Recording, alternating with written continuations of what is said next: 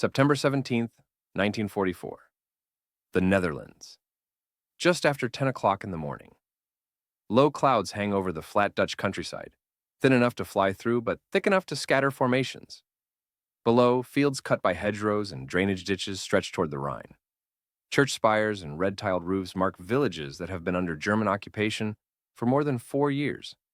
For the men packed into the aircraft above them, there's no ambiguity about what today means. This is not a raid. This is not a probe. This is an attempt to end the war before winter.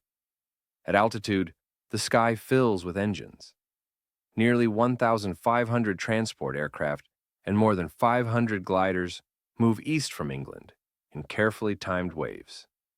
It is the largest airborne operation ever attempted. The plan is simple in outline and unforgiving in execution.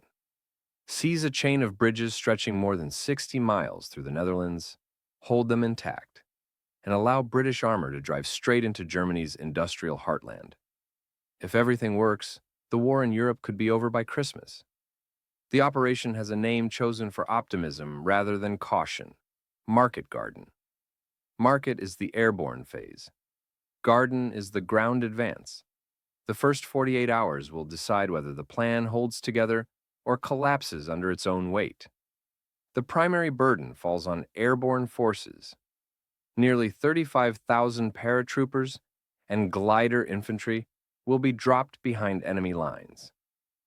Of those, roughly 13,000 belong to the British 1st Airborne Division and the Polish 1st Independent Parachute Brigade, tasked with the farthest objective of all: the bridge over the lower Rhine at Arnhem. Arnhem is not a village bridge. It is a long steel road bridge, spanning more than 1,300 feet, linking the northern and southern Netherlands. If it is destroyed or held by German forces, the entire operation fails. There is no alternative crossing for miles.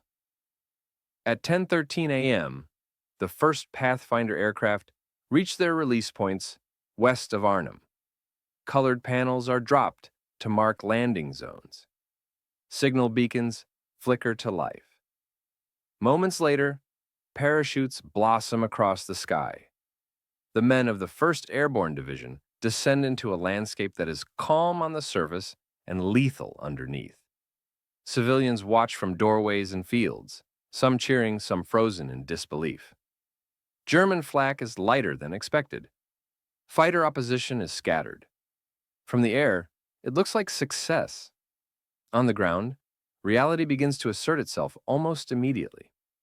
The British land several miles west of Arnhem, a compromise forced by concerns over flak and limited glider landing areas.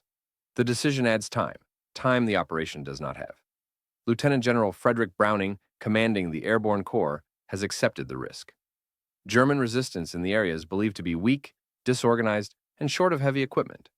That assessment is already out of date.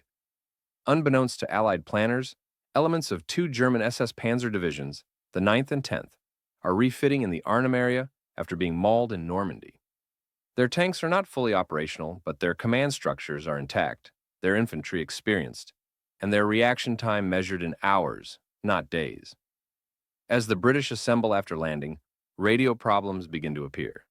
The division's wireless sets, already known to be unreliable, struggle to transmit through wooded terrain and urban obstacles. Companies lose contact with battalions. Battalions lose contact with brigade headquarters. Messages that should take seconds take hours, if they arrive at all. By early afternoon, 3 British battalions begin moving toward Arnhem along separate routes. The intention is speed. The reality is fragmentation. Lieutenant Colonel John Frost's 2nd Parachute Battalion advances along the southern route, hugging the river. His men move quickly, bypassing pockets of resistance rather than stopping to clear them. Frost understands the mission with brutal clarity. Reach the bridge, or the operation dies. German forces, initially stunned, recover faster than anticipated. Ad hoc battle groups form from training units, security troops, and SS infantry. Roadblocks appear where maps show open streets. Armored cars probe British positions. Snipers slow movement through narrow lanes. By nightfall on September 17th, Frost's battalion reaches the northern end of the Arnhem Bridge. Against expectation, the bridge is still intact. Charges have not been set. German guards are overwhelmed in close combat. By 8 p.m., British paratroopers are dug in around the bridge approaches, occupying houses, cellars, and embankments. They have achieved the impossible part. Now comes the part that breaks formations. Only one battalion has reached the objective. The other British units are delayed or halted entirely. German resistance stiffens as night falls. Armored elements from the 9th SS Panzer Division begin to move toward Arnhem. Self-propelled guns rumble through streets lit